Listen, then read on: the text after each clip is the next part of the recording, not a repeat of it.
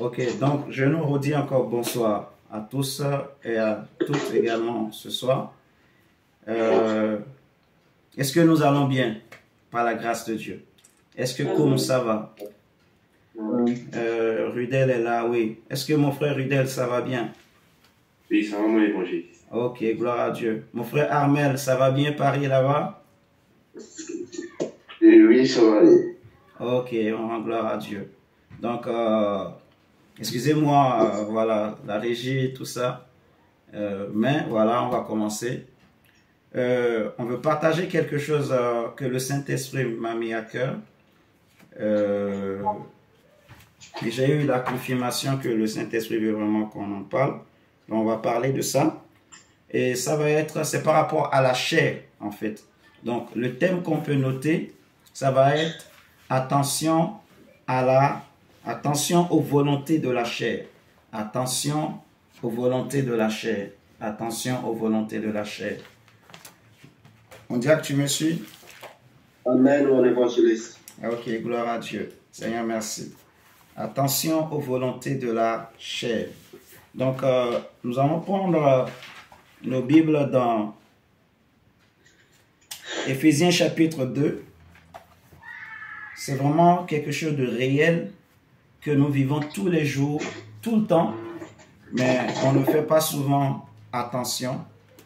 Et le Seigneur veut vraiment, voilà, attirer notre attention sur cela pour qu'on ne tombe pas souvent dans les pièges et qu'on sache aussi ce qui se passe parfois pour prendre les bonnes décisions qu'il faut. Donc, Éphésiens chapitre 2, le verset 1 à 3. Saint-Esprit, merci pour ce moment que nous remettons entre tes mains. Nous te disons merci parce que tu es avec nous. Parle-nous ce soir au nom de Jésus. S'il te plaît, enseigne-nous. Merci, Saint-Esprit, de disposer le cœur de chacun d'entre nous au nom de Jésus. Éphésiens chapitre 2, verset 1 à 3. La Bible nous dit ceci. Vous étiez morts par vos offenses et par vos péchés, dans lesquels vous marchiez autrefois, selon le train de ce monde, selon le prince de la puissance de l'air, de l'esprit qui agit maintenant dans les fils de la rébellion. Nous tous aussi, nous étions de leur nombre, et nous vivions autrefois selon les convoitises de notre chair, accomplissant les volontés de la chair et de nos pensées, et nous étions par nature des enfants de colère comme les autres. Amen. Donc ici, Paul nous dit que notre vieille nature, ou on va dire ce que nous étions hier dans le passé, nous étions morts.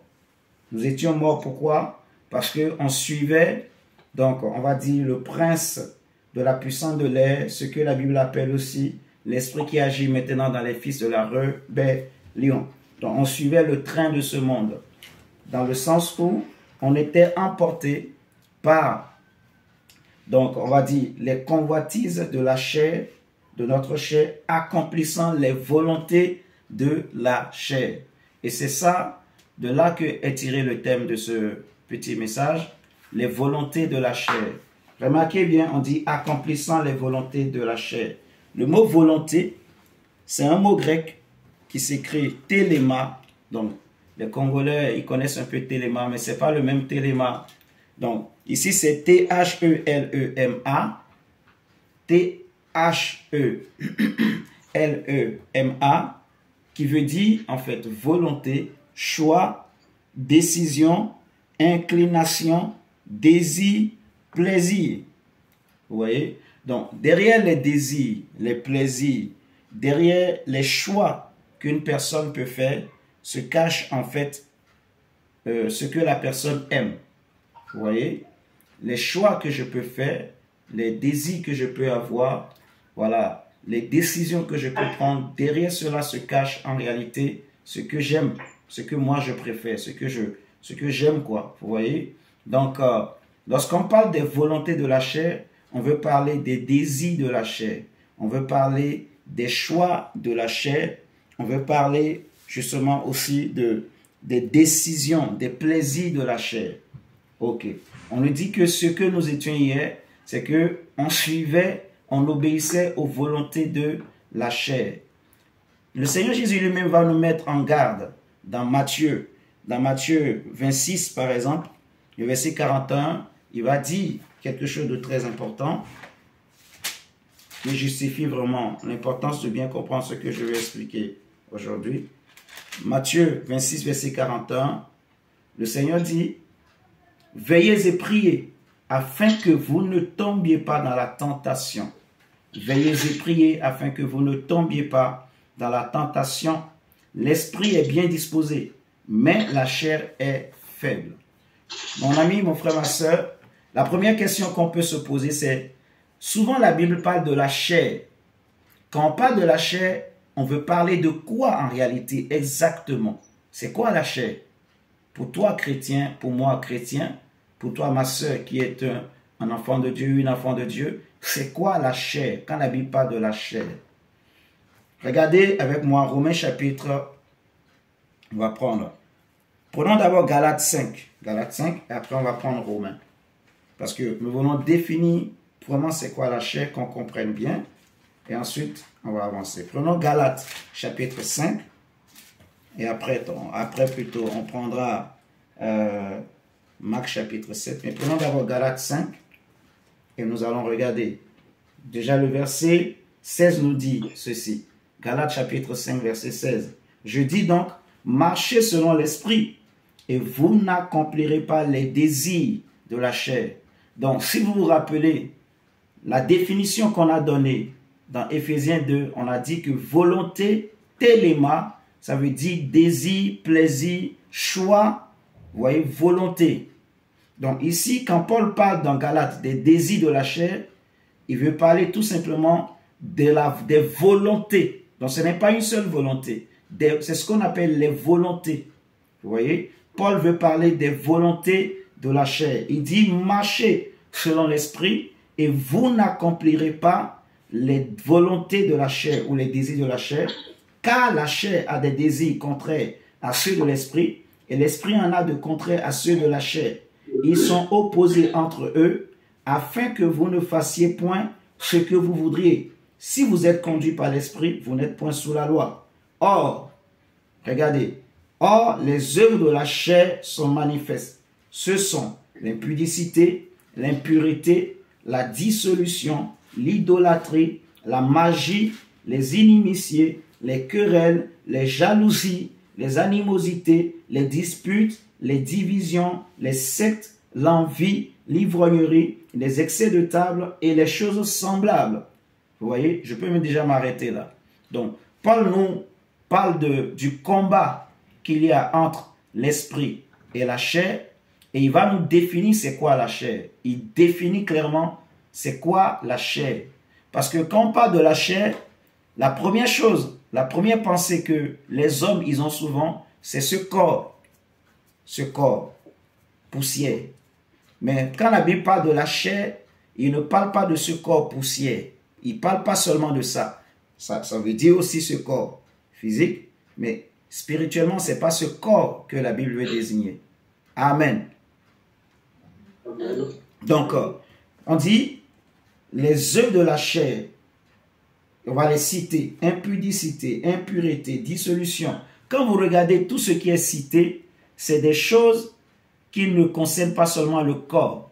Il y en a qui concernent, il y a des péchés qui concernent l'âme, il y a des péchés qui concernent l'esprit. Par exemple, quand il parle de la magie c'est tout ce qui est sorcellerie, donc idolâtrie, tout ce qui est derrière le culte des idoles, la divination, ceux qui invoquent les esprits des morts, la cartomancie, on appelle, voilà, ceux qui lisent les cartes, lisent les mains, ceux qui vont voir, ceux qui font de la voyance, les voyages astro, ainsi de suite, tout ça, ça rentre dans ce cadre-là.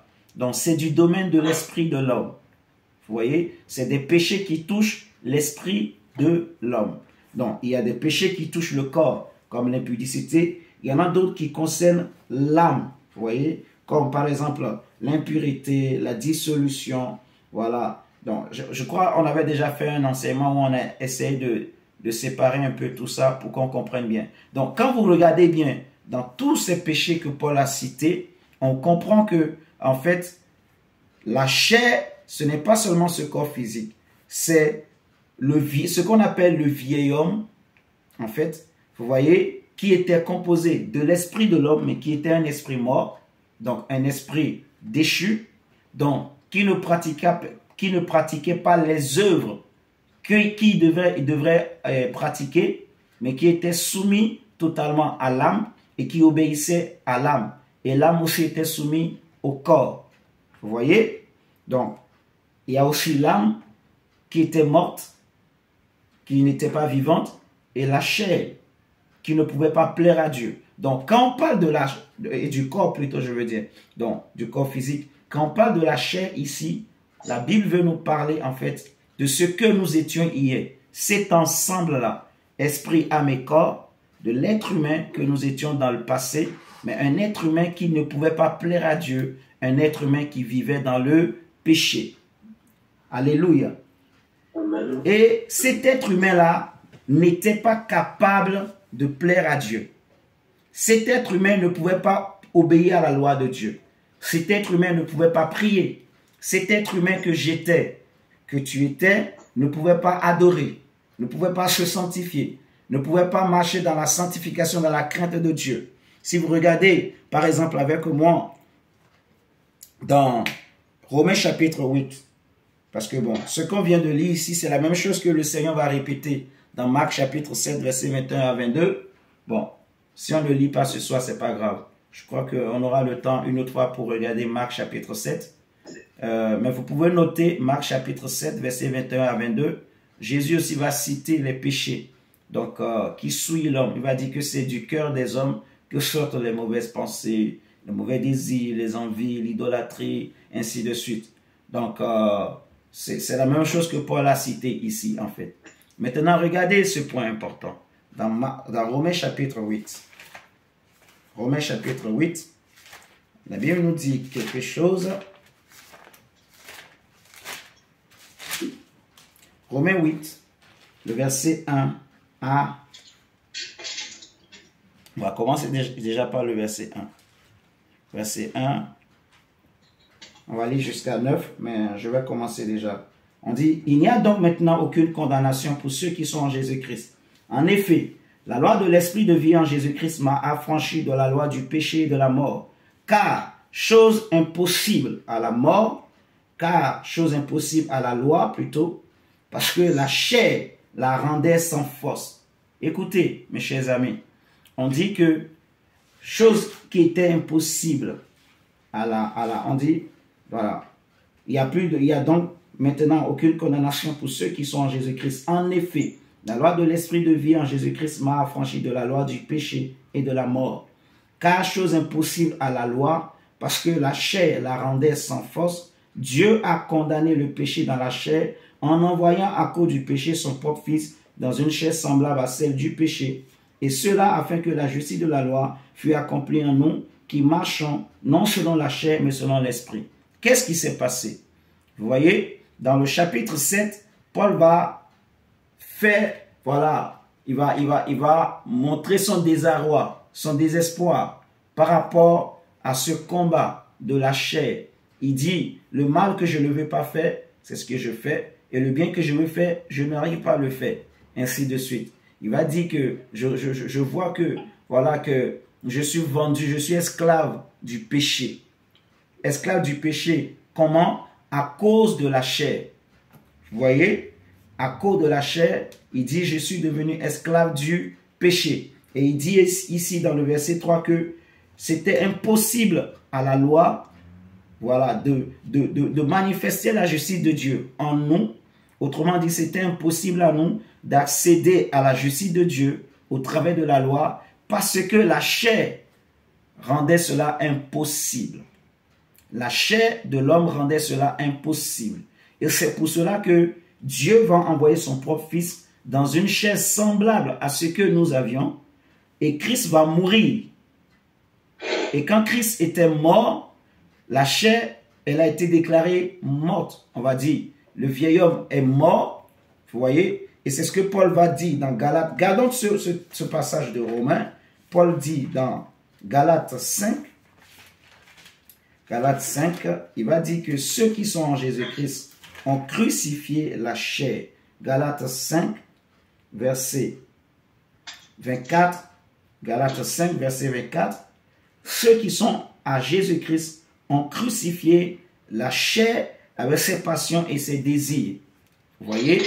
Donc, à la croix de Golgotha, Jésus nous a délivrés de ce corps, mais aussi de notre âme, mais aussi de notre esprit qui était un esprit mort.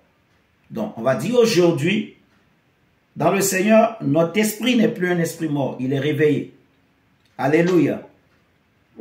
L'esprit est réveillé. Mais l'âme et le corps, donc, sont toujours là. Vous me comprenez?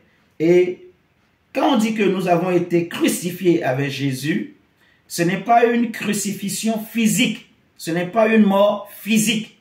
C'est-à-dire que la chair, elle est morte, mais elle n'est pas morte physiquement. Donc, en fait, c'est un avantage des bénéfices qu'on reçoit par la foi. Nous croyons que nous sommes morts au péché. Paul le dit dans Romains 6, verset 11. Il dit, « Ainsi vous-même, regardez-vous comme morts au péché. » Vous voyez? Et vivant pour Dieu en Jésus-Christ. Donc, c'est une mentalité, une pensée que nous devons adopter. Nous croyons par la foi que nous sommes morts au péché et Dieu produit en nous un miracle. C'est que par cette foi-là, subitement, le péché ne peut plus nous dominer.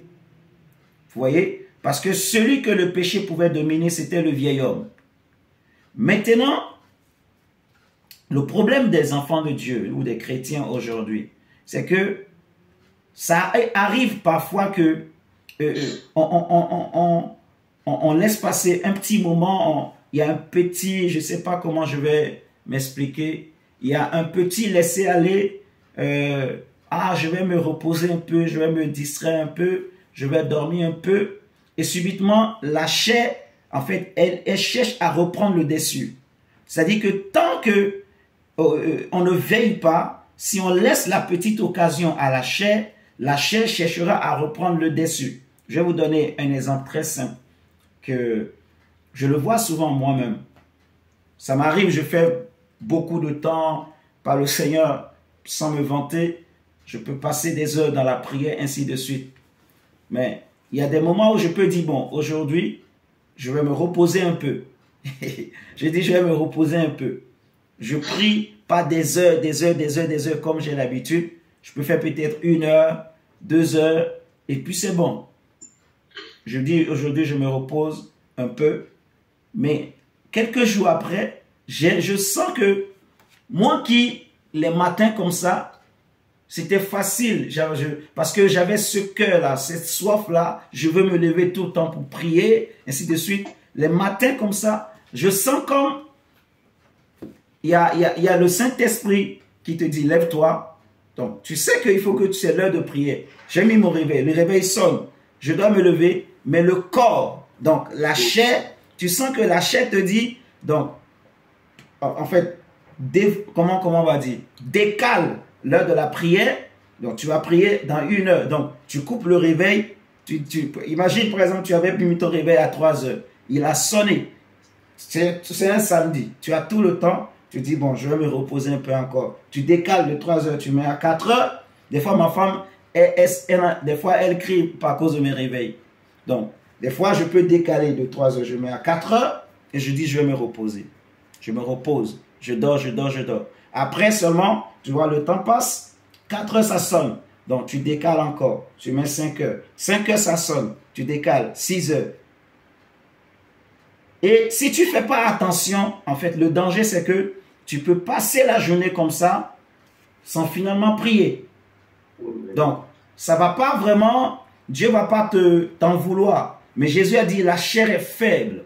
Vous voyez? Et ceux qui vivent selon la chair, ceux qui laissent la chair prendre le dessus, c'est la mort, en fait, qui attend.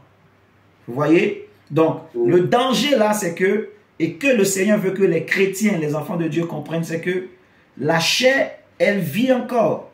On l'a crucifiée, mais si on lui laisse la petite surface un petit espace pour se développer. C'est comme une gangrène, un virus. Dieu l'a crucifié. Et quand on dit la chair, donc ça concerne tout le vieil homme comme j'avais expliqué. Vous voyez, aujourd'hui, l'esprit de l'homme, il n'est plus un esprit mort, non, il est vivant. À moins que l'homme lui-même retourne dans le monde et que jusqu'à ce que le Saint-Esprit va complètement le quitter, et c'est là que son esprit va encore mourir. Mais si un homme qui a, Dieu a réveillé son esprit, il retombe encore dans la mort spirituelle, c'est fini pour lui. C'est ce qu'on appelle, c'est ce que la Bible dit en fait, que pour de telles personnes, il n'y a plus rien à faire. Vous voyez? Donc, on suppose qu'un chrétien aujourd'hui, son esprit est réveillé, et donc, le danger maintenant, c'est au niveau de la chair. Donc, aujourd'hui, quand on parle à un enfant de Dieu de la chair, il faut voir l'âme et le corps. Il faut voir les volontés de ce corps et les volontés de l'âme. Le corps, lui, te dit, il a ses désirs. Le corps te dit, repose-toi, j'ai mal. J'ai mal à l'épaule. J'ai mal à la tête. J'ai mal au ventre. J'ai mal au dos. Le corps te dit, ah, franchement, j'ai pas beaucoup dormi toute la semaine. Donc, des fois, c'est pas mauvais. Hein? Je ne dis pas ça pour qu'on devienne des, comme on dit, des TTS. Mais le Saint-Esprit veut réveiller notre intelligence sur une réalité spirituelle qu'on vit vraiment, mais qu'on ne comprend pas souvent. C'est la chair. Tu as envie de te lever, tu as envie de prier, tu as envie de lire la Bible, mais la chair, il te donne, en fait, il manifeste sa volonté. Vous voyez? Donc, c'est à toi de comprendre que là, c'est la chair. Et il suffit simplement que tu prennes la décision, toi-même, ton esprit. Tu dis non, tu te fortifies, tu dis non, je vais me lever, tu vas voir, c'est fini. Tu l'as vaincu. Elle se calme et tu vas prier comme tu veux. Tu vas adorer, faire ce que tu voulais faire pour le Seigneur. Vous voyez? Donc, nous avons un ennemi, en fait. Et c'est vraiment ce que le Saint-Esprit m'a fait comprendre. Nous avons un ennemi, un grand ennemi qui vit avec nous, qui vit avec toi, qui dort avec toi, qui se réveille avec toi, qui va au marché avec toi, qui va faire des courses avec nous, qu'on appelle la chair. Paul va dire, par exemple, aux Corinthiens que, voilà, regardez avec moi 1 Corinthiens 9. Je crois qu'on connaît ce texte. 1 Corinthiens chapitre 9. 1 Corinthiens chapitre 9, le verset 24 à 27. Il dit, ne savez-vous pas que ceux qui courent dans le stade courent tous, mais qu'un seul remporte le prix. Courez de manière à le remporter. Tous ceux qui combattent s'imposent toute espèce d'abstinence et ils le font pour obtenir une couronne corruptible. Mais nous faisons-le pour une couronne incorruptible. Vous voyez? Moi donc, je cours, non pas comme à l'aventure, je frappe, non pas comme battant l'air, mais je traite durement mon corps. Et ça, c'est très important. La violence que Paul se faisait lui-même. Comment il était dur, violent avec son propre corps, avec sa chair, avec les volontés de sa chair, les désirs, les choix de sa chair. Vous voyez, Paul ne faisait plus aucun cas de son corps. Il avait bien compris. Et le danger, c'est vraiment ça. Le danger pour l'enfant de Dieu aujourd'hui, c'est la chair. Parce que le diable, il compte beaucoup sur la chair de l'enfant de Dieu pour ramener l'enfant de Dieu dans les ténèbres, pour le rabaisser, pour le dominer, pour le contrôler. Vous voyez, le diable compte beaucoup sur ça. Les seuls moyens qui restent aujourd'hui au diable, aux esprits des ténèbres, au monde des ténèbres, pour attaquer un enfant de Dieu, c'est la chair, en fait. Donc, il ne faut pas hésiter, mon frère, ma soeur, quand tu sens que vraiment, la chair commence à prendre le dessus, n'hésite pas, prends toi-même peut-être 1 jour de jeûne, 2 jours de jeûne, pour traiter le problème de la chair, pour crucifier la chair. Amen. Amen. Oui, mon ami, prends vraiment ce temps. N'hésite pas. Si tu le sens, prends le moment. Et si il faut faire 1 jour de jeûne, fais-le. Ça va te faire du bien. Ça va te redonner. Ça va remonter ton esprit. Ça va redonner de la vie à ton esprit. Ça va fortifier ton esprit. Ça va redonner de la force à ton esprit et tu reprendras le dessus sur la chair. Alléluia. Amen. Regardez ce que la parole de Dieu nous dit dans Galates 5, Galates 6 plutôt.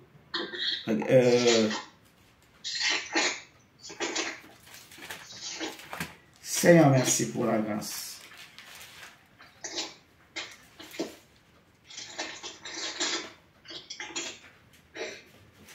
Galates 6, verset 8.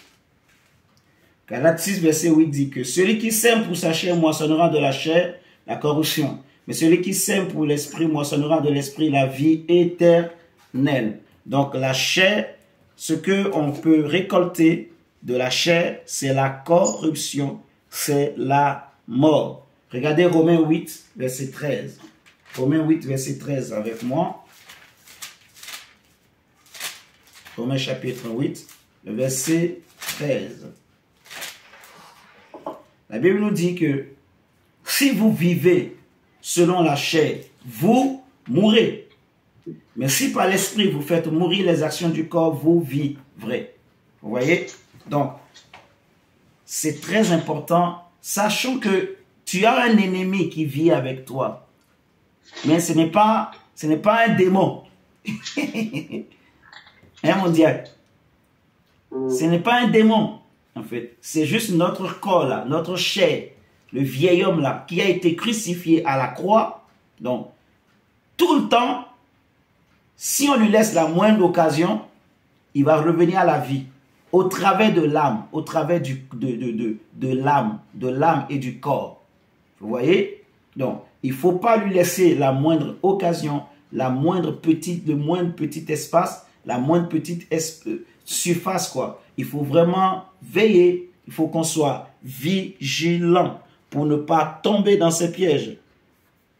Le Seigneur Jésus dit dans Jean 6, 63 que la chair ne sert à rien, c'est l'esprit qui vivifie. Donc, ceux qui pratiquent les œuvres de la chair, ils vont récolter la mort, ils vont récolter la corruption. Mon ami, le Seigneur veut que toi et moi, on soit des hommes qui sont remplis de l'Esprit de Dieu. Parce que, comment il faut faire maintenant? Parce que là, on a dit, c'est quoi la chair? On a aussi expliqué ce que Jésus a fait pour nous à la croix. Et aujourd'hui, comment le chrétien doit faire? Il faut que jamais... souvent, j'entends parfois certains chrétiens qui peuvent dire « je vais faire une pause dans la vie chrétienne. Je vais mettre une pause dans la prière. » On ne met pas de pause dans la prière. Alléluia.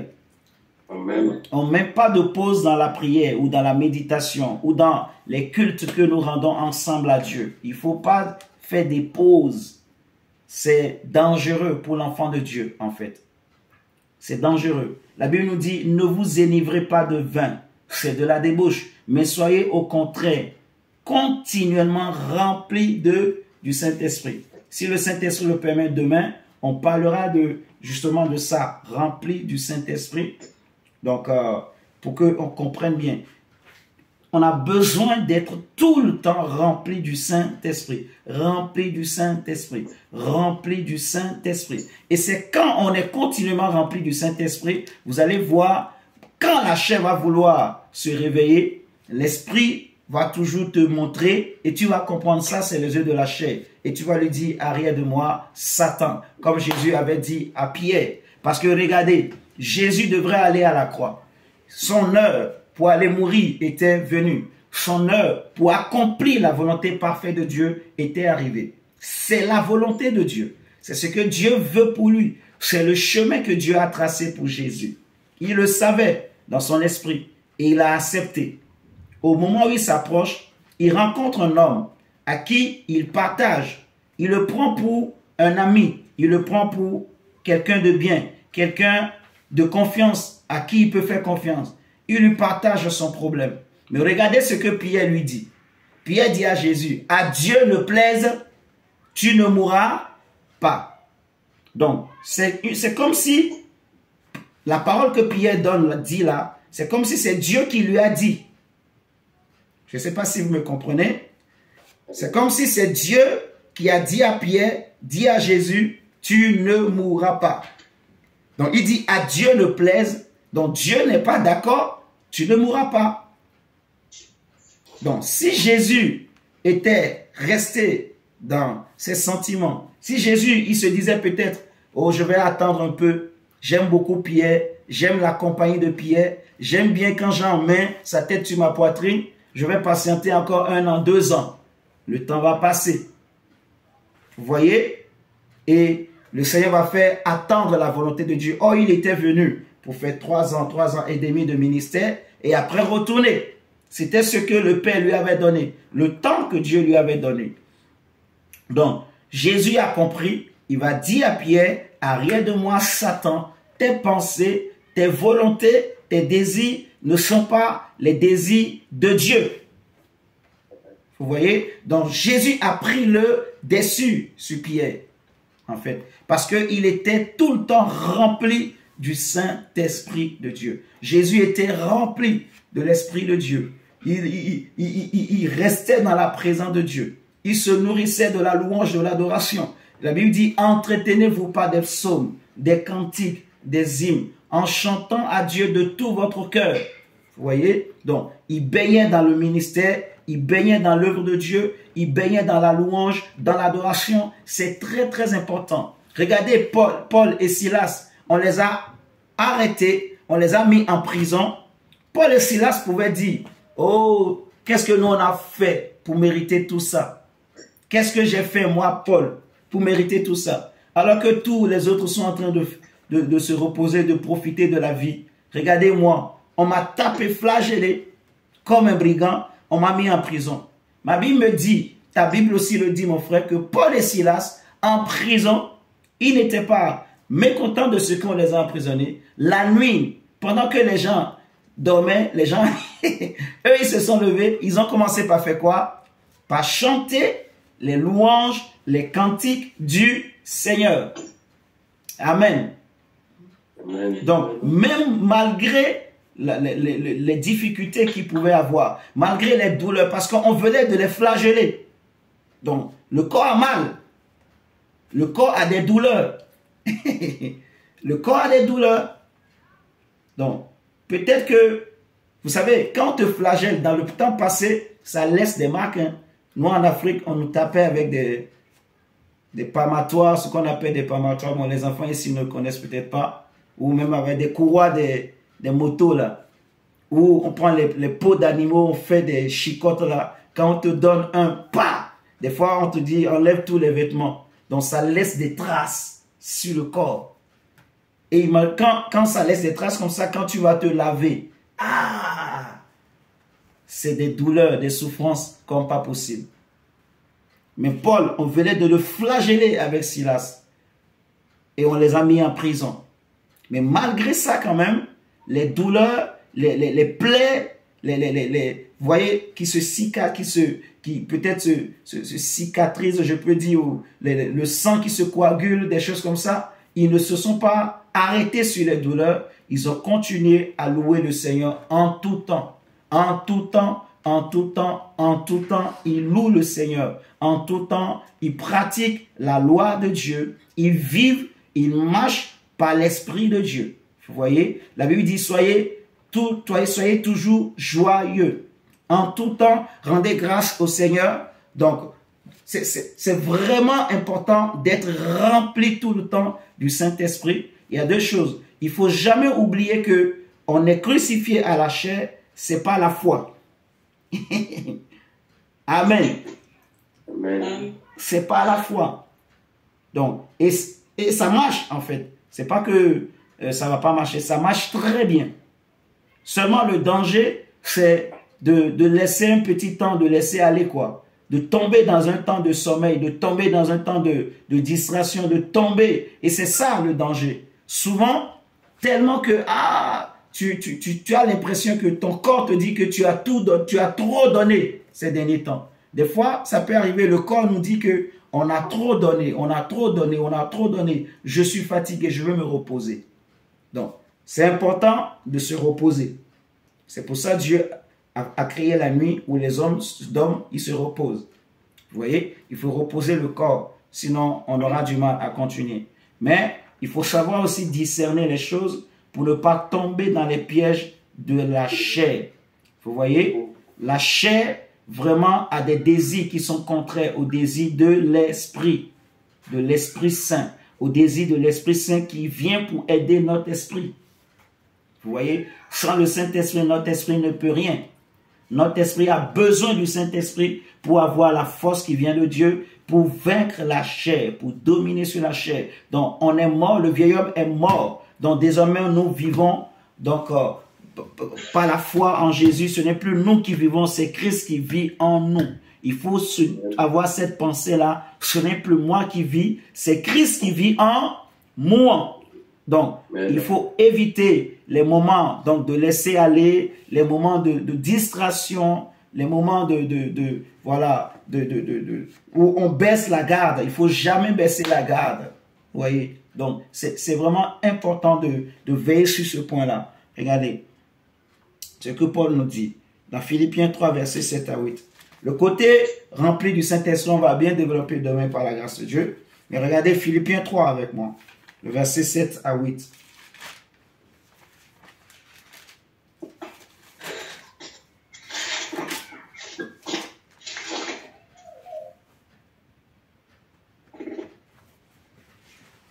Philippiens 3, verset 7. Paul dit, mais ces choses qui étaient pour moi des gains, je les ai regardées comme une perte à cause de Christ.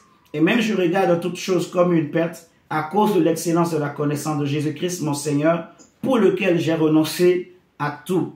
Et je les regarde comme de la boue afin de gagner Christ. Vous voyez? Donc, toutes ces choses, même son propre corps, Paul le regarde désormais comme de la boue, comme de rien d'important. Rien, ça ne mérite pas d'être qu'il embellisse, il lui fasse des, je sais pas moi, des câlins, il lui fasse des éloges. Non, Paul ne se souciait plus de ça.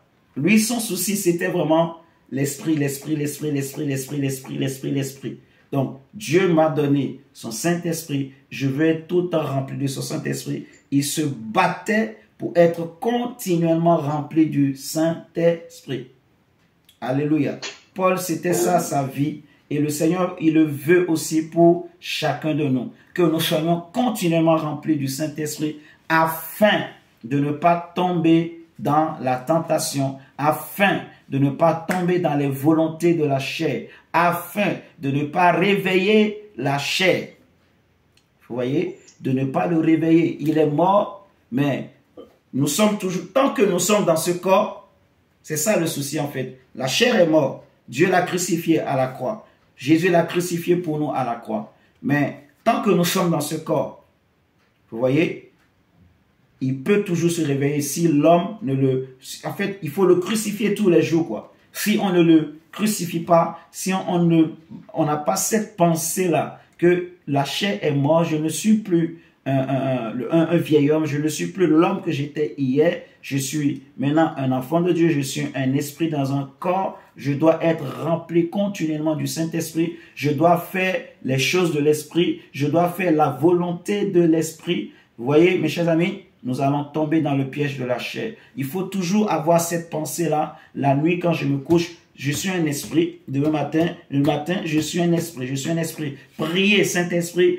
aide-moi. Saint-Esprit, aide-moi. Prends le contrôle. Rends-moi flexible. Rends-moi sensible à ton cœur. Saint-Esprit, aide-moi. Remplis-moi. Seigneur, je demande la plénitude de ton esprit tout le temps, tout le temps, tout le temps. Que je sois rempli de l'esprit. Parce que c'est quand on est rempli de l'esprit, alors on a de l'ascendance sur la chair. Vous voyez? Un homme rempli de l'esprit, c'est un homme qui a de l'ascendance sur son corps, sur sa chair.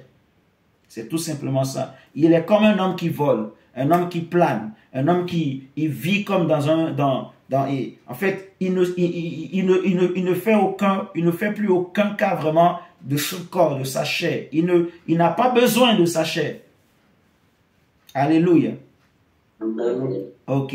Donc, nous allons prier justement par rapport à ça et dis à Dieu, Seigneur, je ne veux pas tomber dans les volontés de la chair. Je refuse cela. Je ne veux pas tomber dans les volontés de la chair. Je ne veux pas tomber dans les pièges de la chair. Nous allons prier que le Seigneur nous protège contre justement les laisser aller, contre la légèreté, contre justement ce que Jésus appelle les excès de table. Je vais nous lire ce texte dans Luc et on va prier.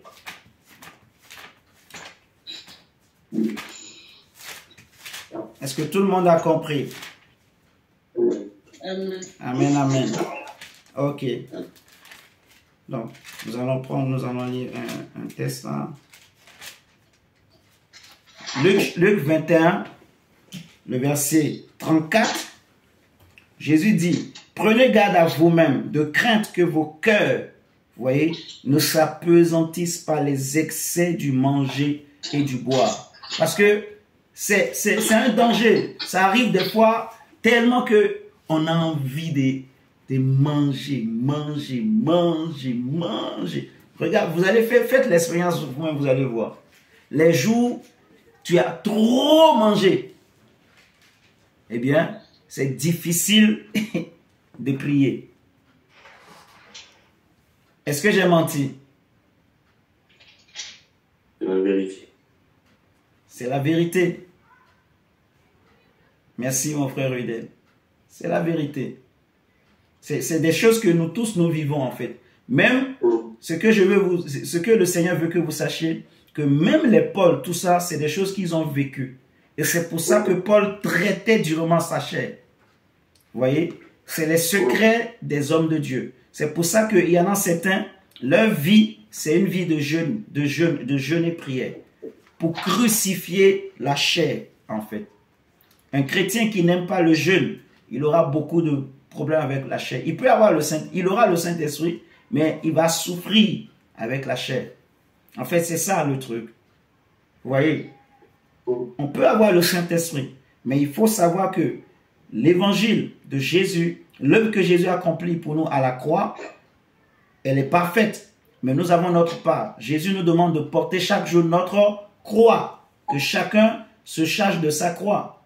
Et notre croix aussi, dans la croix que nous devons porter, il y a tout ce que je viens d'expliquer, où nous devons savoir c'est quoi la croix, qu'est-ce que Jésus a fait pour nous à la croix, qui était mort à la croix, et qu'est-ce qui se passe maintenant pour nous chrétiens.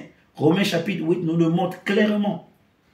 Vous voyez? Donc, la chair, elle a été crucifiée. Donc, le vieil homme a été crucifié à la croix, ce qui fait que le péché ne peut plus dominer sur nous.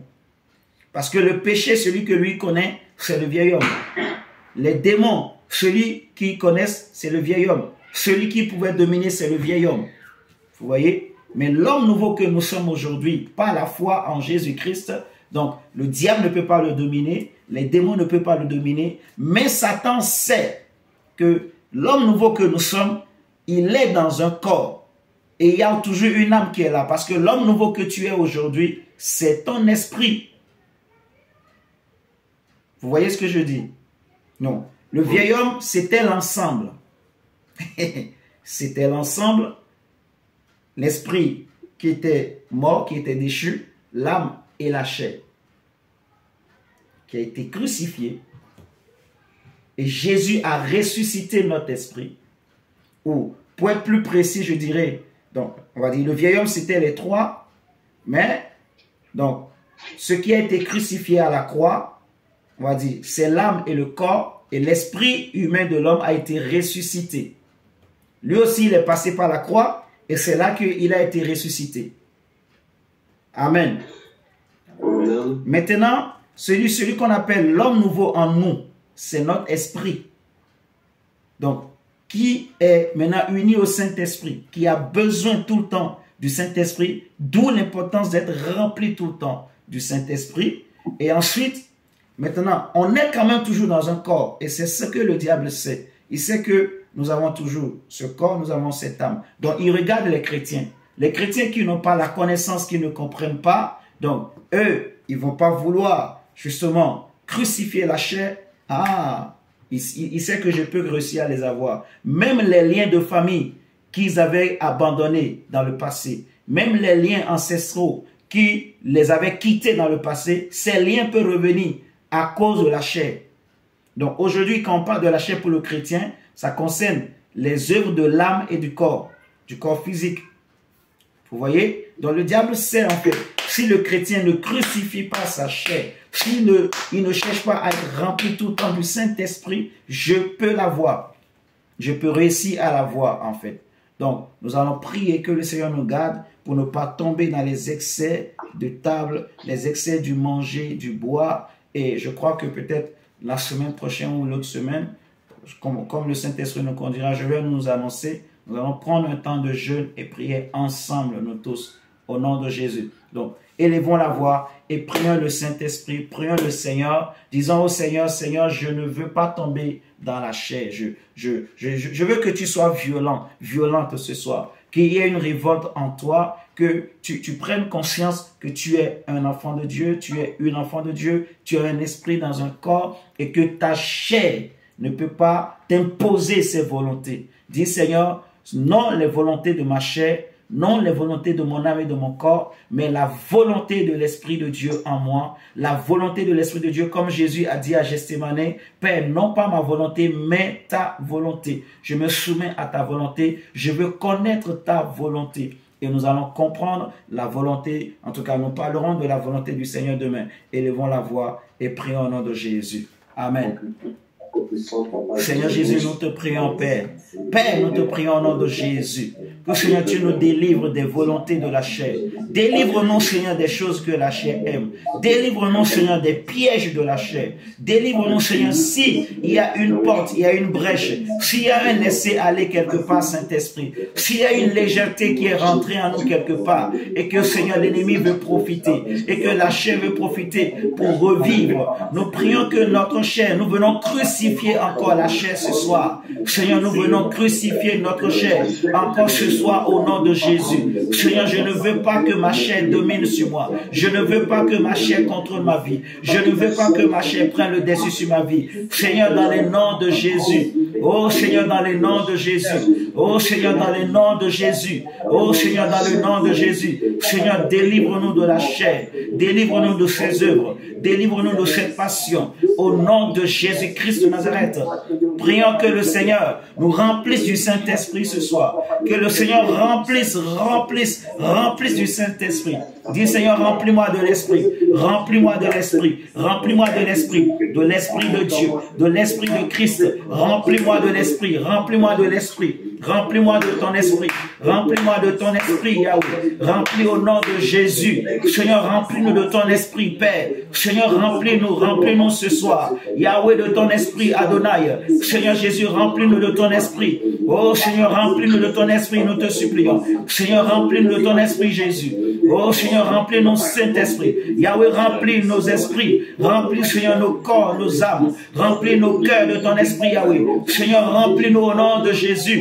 Oh Seigneur, remplis-nous de ton feu, de ta puissance. Remplis-nous, Seigneur, de la puissance de ton Esprit, du feu de ton Esprit. Remplis-nous, Shadababa. Remplis-nous, Seigneur, de l'Esprit. Remplis. Seigneur, remplis de l'Esprit, remplis de l'Esprit. Et que, Seigneur Dieu, les désirs de la chair soient détruits en nous. Que, Seigneur, les passions, les volontés de la chair soient détruites en nous au nom de Jésus. Seigneur, nous prenons le dessus sur les volontés de la chair. Nous prenons le dessus, oh Seigneur, sur le sommeil de la chair. Si la chair aime le sommeil, pendant que, Seigneur, c'est l'heure de prier, nous refusons cela. Si la chair aime le péché, nous refusons cela. Seigneur, donne-nous la force. Donne la force. Remplis de la force de l'Esprit. Remplis de la puissance de l'Esprit. Remplis du feu de l'Esprit. Remplis, Seigneur, nos cœurs. Remplis, Seigneur, nos âmes. Remplis, Jésus, nos esprits. Remplis, Yahweh, nos corps. Remplis, Seigneur, nos maisons. Remplis, Seigneur, nos familles. Yahweh, de feu. Yababababa. Fire. Shaka, yababababa. Seigneur, remplis-nous de feu. Remplis de feu. Remplis de feu, remplis de feu. Remplis de feu, remplis de feu. Sotoroboshi. Shaka yaba yaba yaba.